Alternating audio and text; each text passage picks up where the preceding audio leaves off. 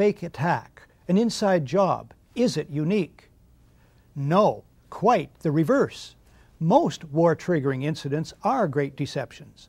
The Mexican-American War, the Spanish-American War, the attack on Pearl Harbor, all involved secretly contrived attacks on Americans planned or encouraged by American presidents. The Vietnam War and Desert Storm in 1991 also were triggered by deceptions involving U.S. presidents. If 9/11 is not such a deception, it's an exception to the rule. Most people want peace most of the time. That's a problem for rulers bent on war. History teaches that rulers arranging for their country to be attacked or appear to be attacked is the fastest method for these rulers to get their way when they want war. Consider only 3 cases, starting with this book, Body of Secrets. Author James Bamford is a former Washington investigative producer for ABC's World News Tonight with Peter Jennings. I learned of this book on ABC's website. Bamford's information comes from interviews with, for instance, the former dean of the U.S. intelligence community, and from government documents. It takes 80 pages to list Bamford's more than 600 information sources. Here's the story. It's 1962. John F. Kennedy is U.S. President, Robert McNamara is Secretary of Defense, and Admiral Lyman Lemnitzer heads the U.S. Joint Chiefs of Staff. The CIA fails in its illegal Bay of Pigs invasion of Cuba. JFK decides, Bamford writes, to back away from military solutions to the Cuban problem.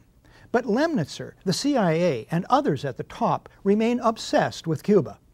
Writes Bamford, as the Kennedy brothers appeared to suddenly go soft on Cuba, Lemnitzer could see his opportunity to invade quickly slipping away. Attempts to provoke the Cuban public to revolt seemed dead. Lemnitzer and the other chiefs knew there was only one option left that would ensure their war. They would have to trick the American public and world opinion. Lemnitzer comes up with Operation Northwoods. We could blow up a U.S. ship in Guantanamo Bay and blame Cuba. Casualty lists in U.S. newspapers would cause a helpful wave of national indignation. We could develop a communist Cuban terror campaign in the Miami area, in other Florida cities, and even in Washington. An elaborate variation. Create an exact duplicate for a civil registered aircraft. At a designated time, the duplicate would be loaded with selected passengers, all boarded under carefully prepared aliases. The actual registered aircraft would be converted to a drone, a remotely controlled unmanned aircraft. The destruction of that aircraft will be triggered by radio signal. The Cubans would be blamed. Finally, another variation is described by Bamford. On February the 20th, 1962, John Glenn was to lift off from Cape Canaveral on his historic journey. Lemnitzer proposed that should the rocket explode and kill Glenn, the objective is to provide irrevocable proof that the fault lies with Cuba by manufacturing various pieces of evidence which would prove electronic interference on the part of the Cubans. Thus, Bamford notes, as NASA prepared to send the first American into space, the Joint Chiefs of Staff were preparing to use John Glenn's possible death as a pretext to launch a war. The Operation Northwoods plan shows the Pentagon was capable, according to Bamford, of launching a secret and bloody war of terrorism against their own country in order to trick the American public into supporting a war on Cuba.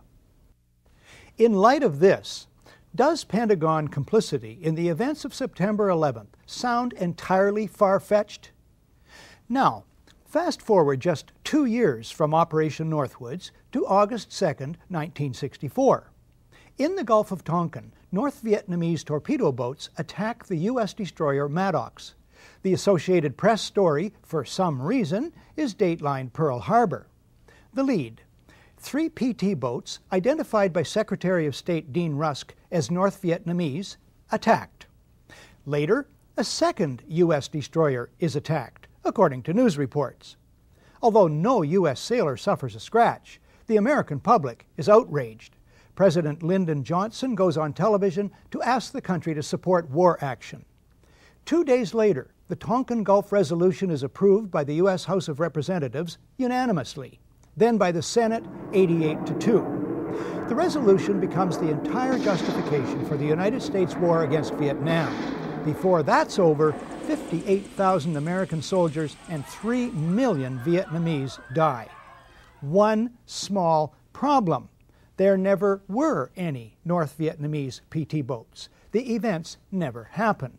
As Secretary of State Rusk, the President, and Defense Secretary Robert McNamara well know. They know because they planned the entire deception. One source for this is former Admiral James Stockdale in his book, In Love and War. On the night in question, Stockdale is at the controls of a fighter jet flying cover for the two destroyers. He sees nothing. Another source is Ben Bradlee, much respected former managing editor of the Washington Post. Bradlee, in a public lecture in England in April 1987, states, "The facts behind this critically important resolution were quite simply lies." Fast forward again to August 2nd, 1990. Iraq attacks Kuwait, claiming the Kuwaitis are slant drilling into Iraq's oil fields. U.S. President George Herbert Walker Bush pushes for a land war against Iraq, but polls show the U.S. public is split 50-50 on that idea. Then comes this eyewitness testimony before a congressional committee from a 15-year-old Kuwaiti girl. The claim is she cannot be identified for fear of reprisals. While I was there, I saw the Iraqi soldiers come into the hospital with guns. They took the babies out of the incubators, and left the children to die on the cold floor. The U.S. public is outraged. The result? Support for land war zooms. It's a turning point. Desert Storm is launched. 135,000 Iraqis are killed. An estimated 1 million Iraqis, many of them children and old people, then die as a result of 10 years of sanctions. One small problem: there never were any incubator baby deaths, not one. The Canadian Broadcasting Corporation's investigative flagship program, The Fifth Estate, reveals the girl to be the Kuwaiti ambassador's daughter, given her lines and coached in acting by the giant American PR firm Hill & Knowlton. It's one phase in a $10 million joint U.S.-Kuwaiti campaign of deception. This man is lying. I myself buried 14 newborn babies that had been taken from their incubators. This man is lying. And they had kids in incubators, and they were thrown out of the incubators so that Kuwait could be systematically dismantled. There were a lot of people who participated in a conspiracy. Yes, an out-and-out conspiracy of fake organizations, false documents, fraud, and disinformation. So, if a new man named Bush is in the White House and helps engineer a brazen deception in order to achieve global geopolitical goals as well as domestic and personal ones, it wouldn't be a first, would it?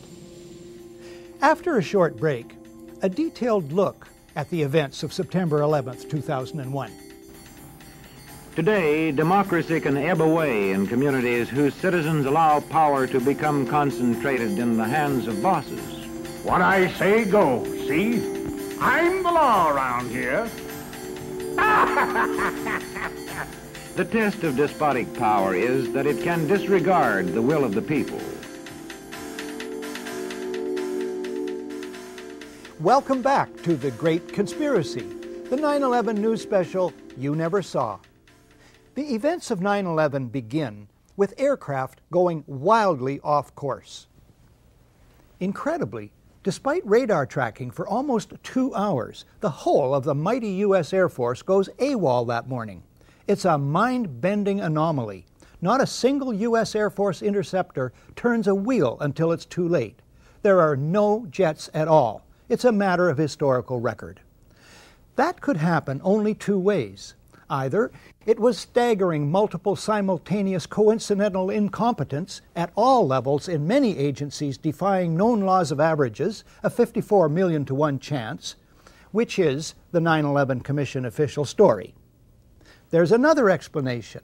The U.S. Air Force is neutralized by design. The evidence indicates this is about a 1-to-1 chance. Standard procedures for dealing with aviation emergencies of all kinds have been in place and have worked for years. David Ray Griffin is the author of The New Pearl Harbor, the most widely respected critique of the official story of 9/11. He quotes the Federal Aviation Authority's Aeronautical Information Manual, Official Guide to Basic Flight Information and Air Traffic Control, ATC, procedures. It states, if you are in doubt that a situation constitutes an emergency or potential emergency, handle it as though it were an emergency. As for the military, the guiding document is ACC 113-SAOC, Volume 3, U.S. Air Defense Command and Control Operations. At the top of the first page, it reads, compliance with this order is mandatory.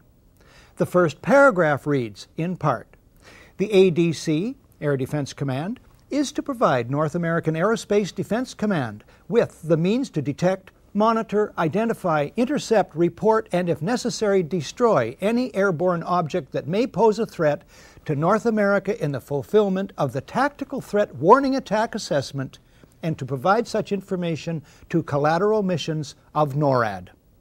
Michael Ruppert, a former Los Angeles Police Department detective, was the first major 9/11 skeptic and researcher in the world and remains one of the foremost.